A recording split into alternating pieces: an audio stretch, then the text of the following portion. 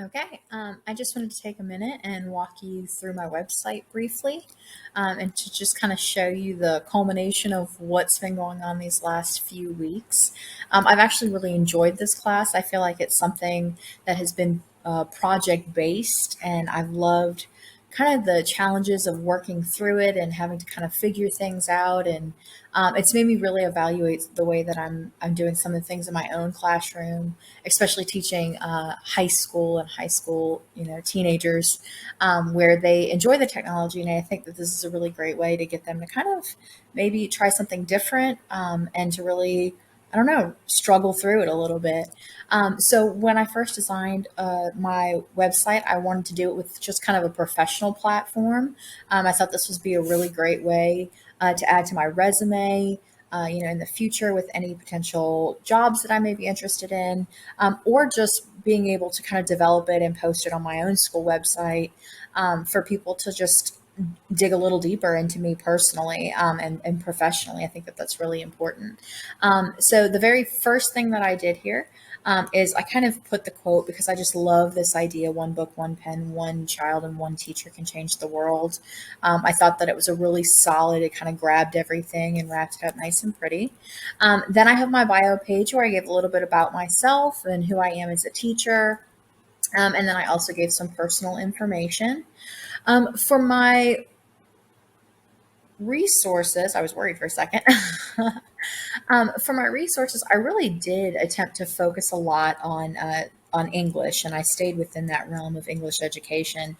I thought that this was such a great experience to go through, because there were some things here that I knew and I was familiar with, and then there were so many things that I hadn't worked with previously. And so I really loved kind of working on this particular assignment, and actually looking at the website right here, the Learning for Justice website, ended up being such a great resource. I really enjoyed it. I enjoyed what I learned from it. And I teach a lot of low income, high poverty students. So being able to read this and use this, I thought was great. Kind of my extra section that I picked up on, I labeled it writer's block, because one of the things that I've started doing for the last 2 or 3 years is running a creative writing club outside of class. And so it's something fun that I enjoy doing, but I find that my students sometimes, or the members of our club, will get stuck. And so I really love doing this part, because once I was finished with it, I actually shared this part of the website with them.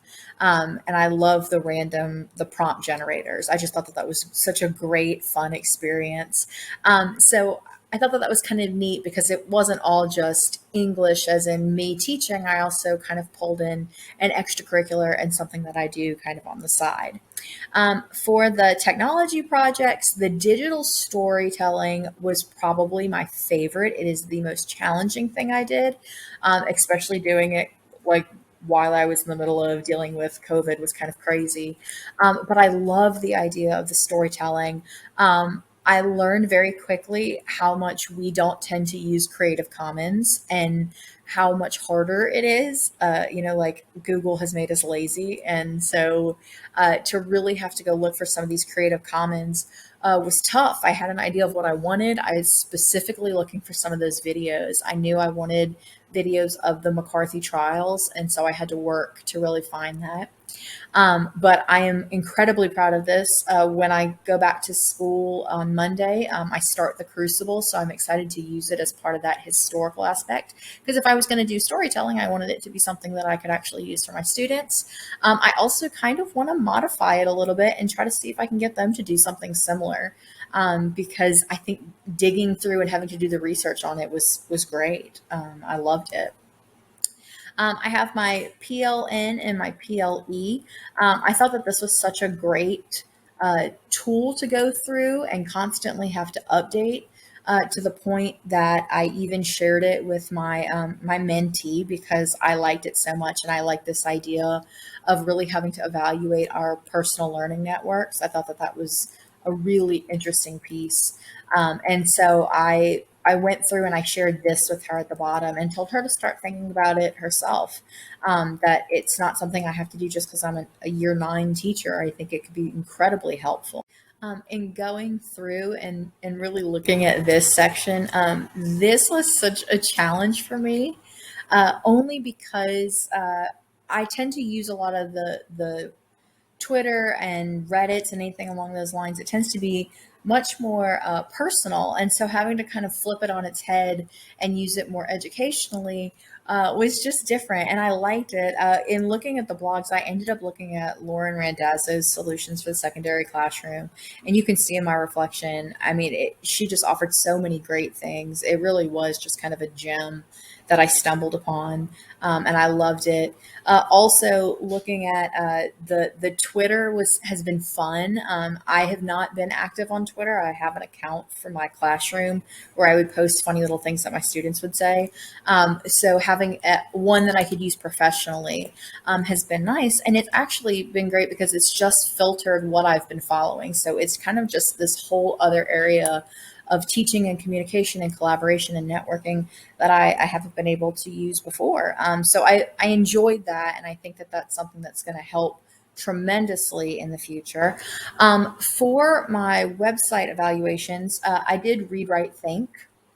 And the reason I did it is because we've used it before, but it tends to be something that we've used in passing. I like their rubrics, but to really get to explore their website and to look at it through more of a critical lens was powerful. And I liked kind of having to go through. And I remember reading in the article, this is not necessarily something intensive that we would do every time, but over the years as I've grown to become an educator, you can quickly figure out what's going to be a strong site and what's going to be something that's reliable, something that you can use, and it's also realistic, versus something that you're going to end up doing 10 times more trying to, make this website work. And so Read, Write, Think is kind of just a tried and true, but to really get to go through it and look at it through a critical lens was valuable. Even more was the GradeCam app, and I will explain why. My school purchased GradeCam. They've been using it for years, but because I'm state tested, I haven't used it. It's a very long, interesting story. But we have just started using it this year to run our ACT practices. And I was interested to look at the mobile app because everything I've done has been on the desktop, and I have actually struggled with the mobile app a lot. I found that it wouldn't work. I would have, handshake issues. The screens weren't working. The cameras were giving trouble. So in deciding to do the app review, it also helped me do a lot of troubleshooting, and I figured out kind of little quirks here and there, and was able to apply it. At the end of the day, I don't think it's an incredibly strong app.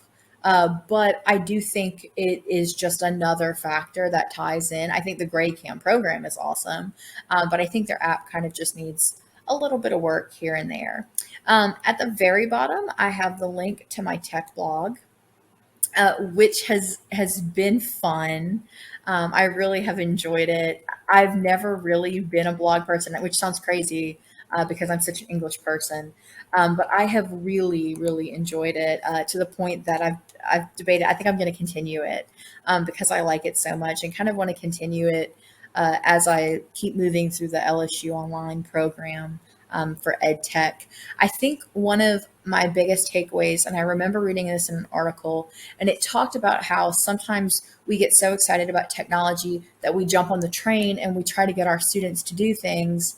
Like right now, everybody's into TikTok, but that the question is at the end of the day, are we really targeting the correct skills? So are students going to spend more time trying to figure out the platforms, or are they going to spend more time working on perfecting the TikTok? And once you're done, you've spent 2 or 3 days and they haven't really walked away with the skill or the product that you're looking for. And so as I've gone through and I've done all of these pieces, it's really allowed me to kind of explore that. Having to make the website, constantly update it, do a lot of app reviews, look at different areas of technology, and look at what were some of the challenges that I faced, and what would be some challenges that my students would face. But at the end of the day, I think in everything that I did, I took the skill away, and that's what was important here. And I think that that's where the value was, which is why I enjoyed it so much. So I think overall, I enjoyed. Like I said, I enjoyed the class. I liked making the website, and I hope that I can inspire my students to create their own.